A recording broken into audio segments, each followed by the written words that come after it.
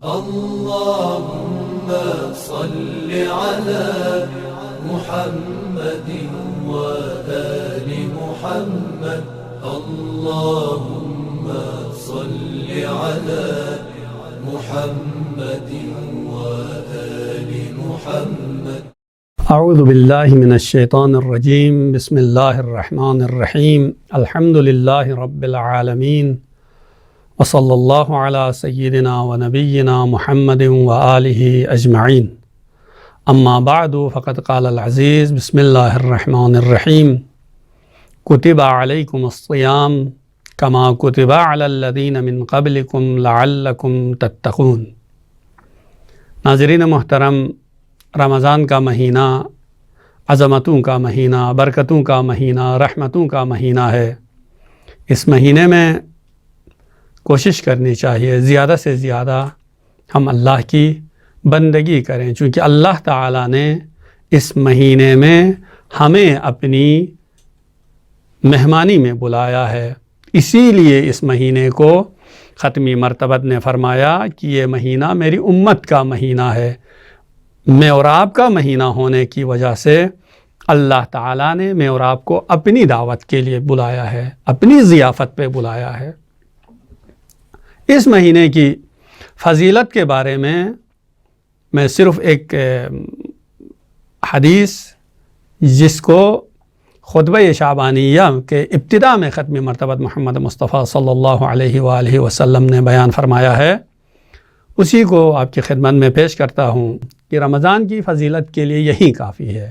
اس خطبے کی ابتدا میں ہی یہی فرماتے ہیں، ایھا الناس انہ قد اقبل الیکم شہر اللہ بالبرکۃ والرحمۃ والمغفرہ.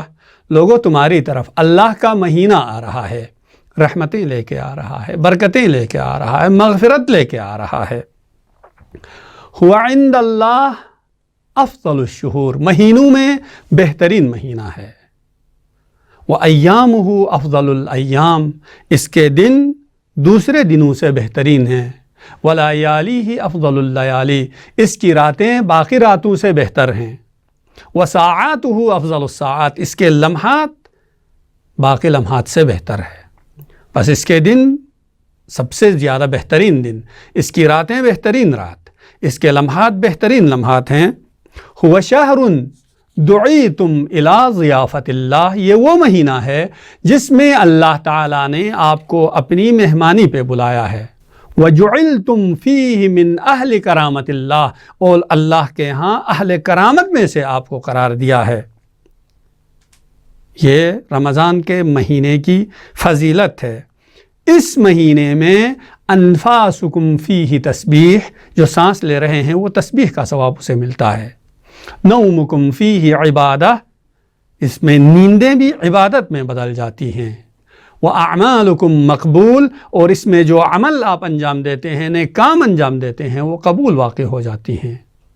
وَدُعَاؤُكُمْ مستجاب، اور اس مہینے میں جو اللہ کے درگاہ میں آپ دعا کرتے ہیں وہ دعا مستجاب ہوتی ہے، قبول ہوتی ہے. اب ہم کیا کریں؟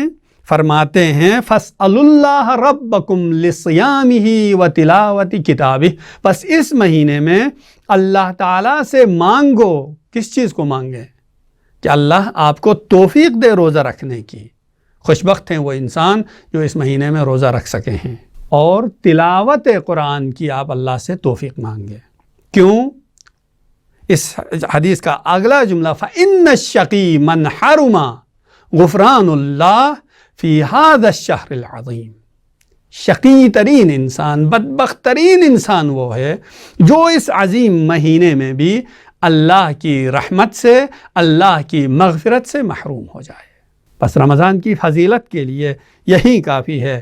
اس میں سانس لینا تسبیح کے برابر ہے، اس میں سونا عبادت کے برابر ہے، اس میں عبادتیں قبول ہو جاتی ہیں، دعا مستجاب ہو جاتی ہے. بابرکت با فضیلت مہینہ ہے. اس کی فضائل میں سے ایک فضیلت، اس کو بہار قرآن کہا گیا. یعنی زیادہ سے زیادہ تلاوت ہونی چاہیے، زیادہ سے زیادہ اعمال ہونے چاہیے. یہ بات صحیح ہے کہ سونا بھی عبادت ہے، لیکن رمضان کے مہینے میں سو کے گزارنا نہیں ہے، بلکہ عبادت قبول ہونے والا مہینہ ہے. تو ہمیں زیادہ سے زیادہ اس مہینے میں نیک اعمال انجام دینے چاہیے۔ اللہ تعالیٰ کی درگاہ میں دعا ہے خالق دو عالم ہمارے روزے اور ہماری عبادات کو قبول و منظور فرمائے اور زیادہ سے زیادہ اپنی بندگی کرنے کی ہمیں توفیق نصیب فرمائے۔ والسلام علیکم ورحمۃ اللہ وبرکاتہ۔